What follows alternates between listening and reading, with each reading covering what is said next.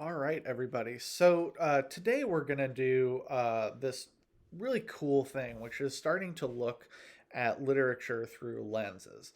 And the reason that it's cool is not just because it's very interesting and I love it, but looking at things through frameworks is actually a really high order thinking process that helps us to shift perspectives here and there and really everywhere. And this kind of thinking doesn't just exist when it comes to literature, it exists when it comes to all types of art, but it also exists when we look at things in life and when we look at things in politics and even when we look at things in the workplace. In fact, one of the courses that I'm taking for Vanderbilt right now, we're doing a lot of lens study and we're doing a lot of what we would call framework study, which is essentially the same thing. And so, while these concepts are very difficult to understand, once you've mastered them, then you can start looking at things from different perspectives. And of course, one of the really key things about being a critical thinker is looking at things from different perspectives and looking at things based on the evidence that we're given and being able to change our minds fluidly when presented with new information or when presented with that new perspective. Um, I find that looking through things from a different perspective often enlightens me in a way that I never would have thought about prior to using that particular strategy or that particular exercise. And so this is a very powerful concept that we're learning. Granted, we're learning it through just a very specific task of looking at poetry, but it's really a lifelong task that I hope you start to use. As I said in the intro, literary lenses are tools for analysis, and they are going to be some things that we use pretty consistently throughout the course. You're going to use them a lot next year in AP Literature, and like I said, I think they're actually really valuable as you perceive reality. Like, what if I looked at it from this perspective? What if I looked at it from this vantage point? So, what are they? Well, pretty much every time that you've encountered a piece of art, we're going to specify literature. If you've read a book or heard a poem, you have a reaction to it, right? And I hope the reaction isn't blah, I'm bored. I hope you're engaged a little more than that. And so your reaction is going to be like, well, I thought it was too whatever, too moody, or I understand why other people might like it, but it's not for me. Which are fine responses. Okay, they're responses on a gut level, on an instinctual level. What you probably didn't know is that this is actually a kind of analysis. It's a kind of criticism that you're already used to using. All right, so let's zoom back a little bit about maybe 10 years ago as I was taking the courses at SLU required take to teach this course. We went to this little place inside of the Vatican Library, which is a really cool area of SLU. It's got all of these documents. It's the biggest collection of Catholic documentation outside of the actual Vatican. And this real nerdy old professor was teaching us all about the library and how to use its resources. And he had this faux British accent, which we all thought was really funny. And he insisted on calling it literature, which is a fun way of saying like this is the real stuff. So when we're talking about literature, we're talking about the classic examples that kind of everybody understands. So when we are reading literature, what is our purpose? Is our purpose to understand the author's purpose via this mode of interaction, this mode of art? Is it to understand the impact the work has had on its time? Or is it to understand the impact the work has had since it's been published? It's D. All of these different ways of looking at literature have a different sense of interpretation. And so the basic principle or of the theory of study is that each of these different theories, you can apply them to the work and they're going to show something new about the work, especially if the work is complex. And that each different theory, a complex work of art, is going to show us something different if we look at it from a different perspective. This is going to work really, really well when we get to The Great Gatsby during second semester, where literally so many things are going on inside of Gatsby that if we look at it from a different perspective, it's going to reveal something new about the text, which is going to lead us to say that The Great Gatsby is truly a piece of literature. I'll stop doing it now. So, currently, there are 11 accepted literary theories currently used in academic study. I'm sure I'm outdated on that. There are probably a whole lot more, but these are the big 11.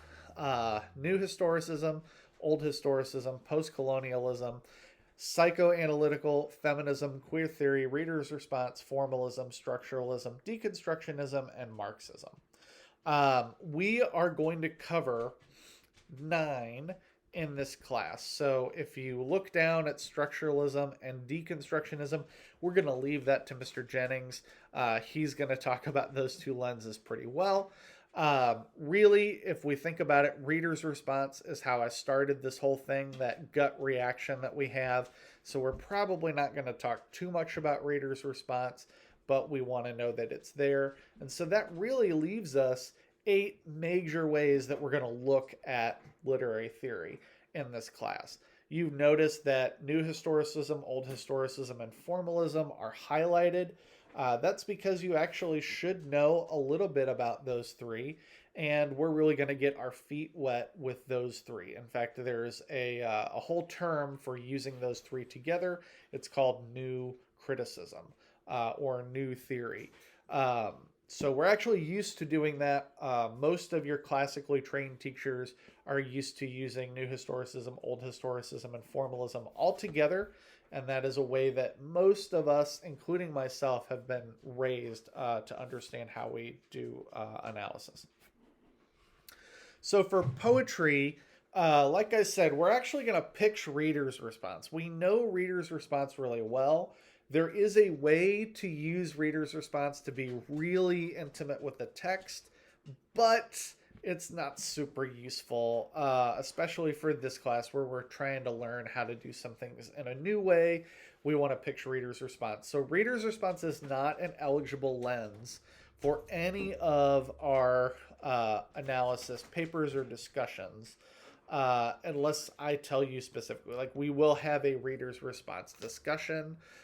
We almost can always start out a discussion by talking about whether we liked a poem or not, but we want to move away from that really, really quickly. Just like it's nice to kind of have some place to start a discussion, reader's response is a nice place to start, but we're going to move away from it pretty quickly. So instead, we want to really understand the differences between new historicism, old historicism, and formalism. So let's look at the idea of historicism, not just new or old. Let's just look at the general idea of historicism. So the essential question that we want to look at when we're looking at works of literature from a historical perspective is, what is its contribution? So let's talk about somebody like Shakespeare for a minute, although he's not American. We'll forgive him that error for a minute here. So Shakespeare, every time I teach Shakespeare, I have somebody who's like, why does this matter? Why does Shakespeare matter? There's something unique about that author that causes him to really outlive his time period in interesting ways. And so if we look at how Shakespeare outlives his time period, or why he's a good example of his time period, or how many people have been influenced by Shakespeare over the years, then we're really going to be asking questions about historicism. To do historicism, you have to do research. So there's no way that you know as much about Shakespeare as you need to really answer some of those questions, right? So that means digging, finding some background information, understanding the time period that he was writing, understanding how the time period influenced him. I'll give you a really simple example. You know, the plague was going on mid Shakespeare's career, right after the height of his career. And so, people couldn't go to plays. And so how did that impact him? Well, he started writing all these sonnets. He started a second career as a sonnet writer. And, many scholars would say he would be famous even if he had never written a play just because of his sonnets. So, just thinking about that, like that really has an impact on him. That has an impact on his work. It has an impact on his contribution to the work of literature in all of time, right? So historicism really is grounded in this research that we have to do. Old historicism specifically causes us to ask these questions about, like, how did time shape the meaning of the poem, or what about time caused the author to write the poem? So for those of you who are going to do Allen Tate, we might read this poem called The Swimmers, which is kind of controversial because he uses the N word a couple times in it. But it's also kind of really important to talk about those things instead of just ignoring them, right? So we get to encounter that from a perspective of time. Then we might, it's hard to forgive somebody for using the N word, but we might forgive him for it given what he's trying to do inside of the poem. It's an interesting discussion to have.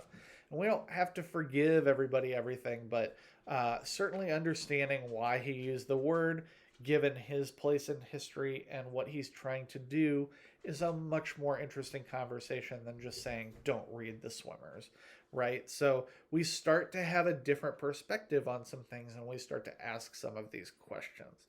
And that, again, that just doesn't apply to poetry. It applies to, man, should we tear down the Washington Monument because George Washington owned slaves? And by the way, a lot of slaves helped make the Washington Monument. I don't know. But if we just go from that perspective and we don't look at, okay, well, what was his relationship like with his slaves? What was his movement like? What was the time period like? If we don't engage with those conversations, then I think we're really doing a disservice to the conversations we could be having. I don't think it's necessarily a disservice to Washington. I think it's a disservice to us. So what it does, like I said, old historicism, it's a lens that we use to analyze when we want to understand what that poem meant when it was read, right? So we definitely have bias when we read pieces of the past. But if we try to understand what it would have been like when it was read, we might see something that we right now see as very conservative, as being progressive at the time. That's pretty interesting when we shake the trunks of those trees and see how those branches react. We want to understand research we want to use research to understand time, place, and then kind of look at how are current events shaping that poem. The current events of the time. That's old historicism. New historicism is looking at how that work weathered time. So again, I go to something like The Swimmers. Use of the N-word at all, we're saying no, that's definitely not okay in 2020, right? Especially given that Allen Tate is a white man. We're not using that word at all, and that's very problematic and probably something that we don't want to engage with. Does the poem still have the same meaning all these decades later? Does it reflect on values that we have today, right? If we used today's values to look at that poem, then how is it going to react differently? And so you can see, like, by using old historicism and then using new historicism, you're having two totally different conversations. You can kind of tell why at some point somebody wanted to make sure that both of these things were happening when we looked at any kind of poem, but they are different processes. And I think for us, making sure we understand how we separate thinking processes and how we use them in a targeted sense is really, really important. What new historicism does, it's a lens that asks us to juxtapose the work out of time with the climate that we have right now. And juxtapose is one of those super important words when we want to think about critical thinking. It's taking these two different ways of thinking about something, putting them right up next to each other so that we can do a direct compare, a direct contrast. It requires just as much research as old historicism. Actually, I think it probably requires a lot less, but it requires a kind of, well, what is going on now? Where can I find the exemplars of what's going on now? Yes, Mark Twain, very interested in old historicism.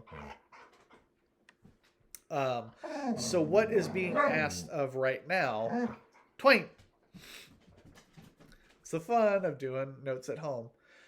What's being asked of right now? What are some examples of right now that I would look at that I would say, this is how we look at race relations differently now than when he wrote that poem, than in the 60s, than in the 80s, than in the early 2000s.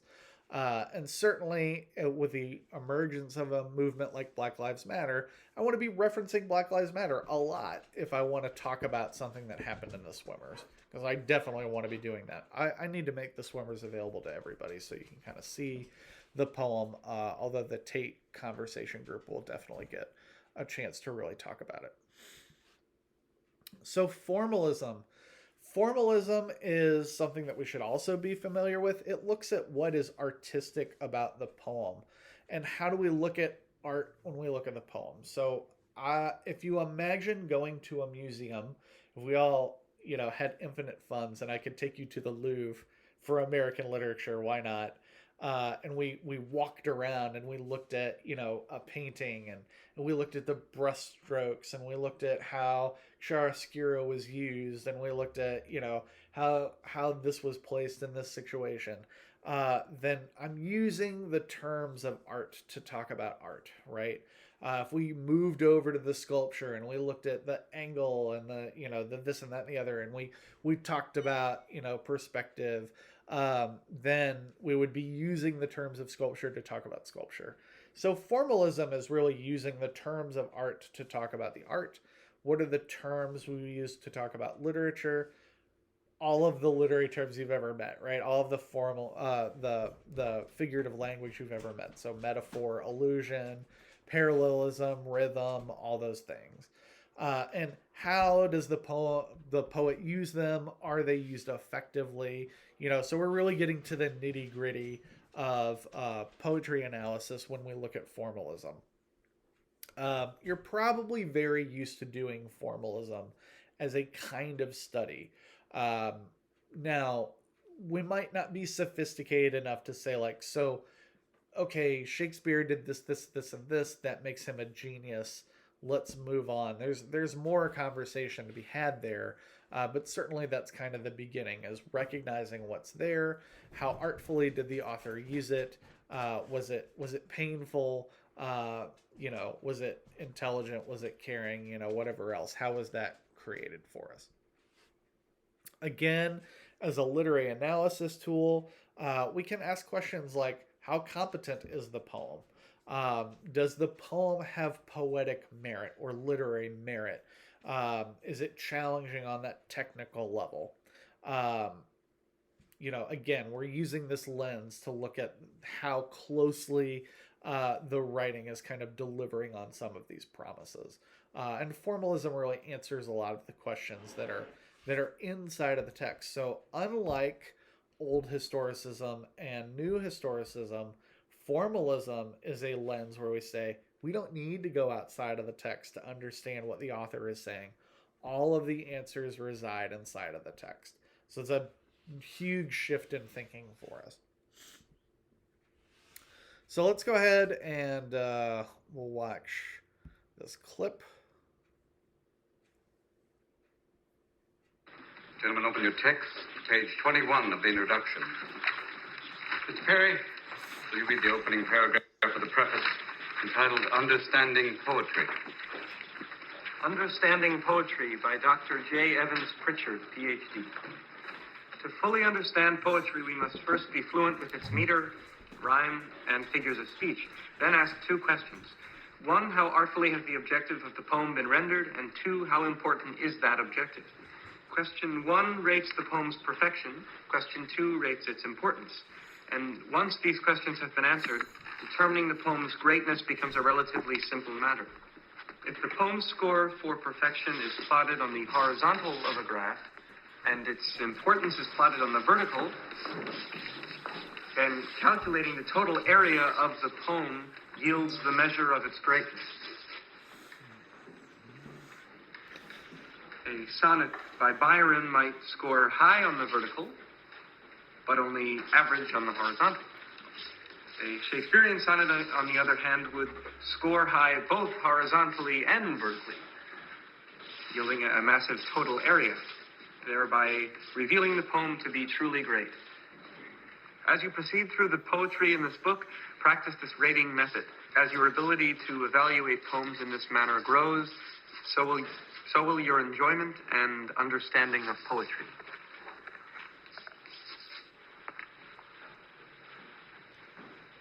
Excrement. That's what I think of Mr. J. Evans Pritchard. We're not laying pipe. We're talking about poetry. How can you describe poetry like American Bandstand? Well, I like Byron. I give him a 42, but I can't dance to it. Now, I want you to rip out that page. Go on. Rip out the entire page. You heard me. Rip it out. Rip it out. Go on. Rip it out. Thank you, Mr. Dalton. Gentlemen, tell you what, not just tear out that page, tear out the entire introduction. I want it gone. History. Leave nothing of it. Rip it out. Rip! Be gone, J. Evans Pritchard, Ph.D. Rip! Shred the tear! Rip it out! I want to hear nothing but ripping of Mr. Pritchard. We'll perforate it. Put it on a roll. Not the Bible. You're not going to go to hell for this. Go on. Make a clean tear. I want nothing left of it.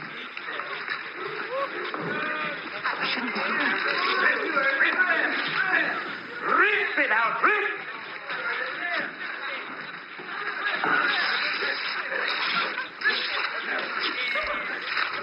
Rip it out! What the hell is going on here? I don't hear enough rip! Miss Keating. Mr. McAllister. I'm sorry. I didn't know you were here. I am. Ah.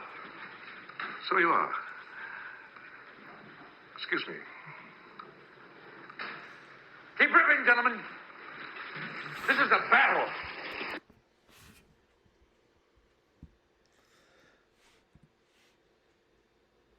Okay, so before we get to that, let me just talk about this scene from Dead Poets Society, which is a great movie. You should totally watch Dead Poets Society.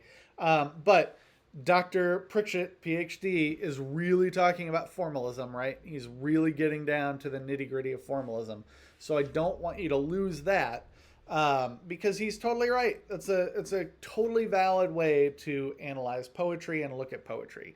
However, their teacher, Mr. Keating, he disagrees with it. I have a feeling Mr. Keating is much more of a reader's response kind of teacher, kind of thinker, because he's talking about like, well, you can't really give it a number. You can't really do this thing. In reality, I think they're both wrong because you can do both of those things. In fact, I think the really genuine, interesting thinking is going to come from doing both of them and then making a decision about how you want to pursue something. Being aware that the other exists out there. So, as I discussed in the all-class meet, you and your group is finding a poem from an era that you think is going to be worthy of analysis. All of them are worthy of analysis. So you don't have to worry about our practice.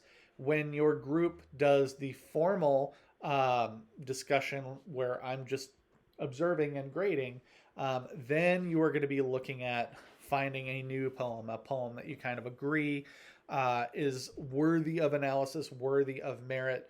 I'll do a little bit of talk on where you can find some poems like that as we move forward, but you'll have a better idea as we move through the next week and a half. We're going to start by looking at our poems from these three lenses. So just be aware if you want to look at your group poet from the eras discussion ahead of time, I would really suggest that you look and read ahead of time. But maybe think about, well, what things would I research? How would I research? And watch the research notes to make sure that we're doing that prior to that conversation.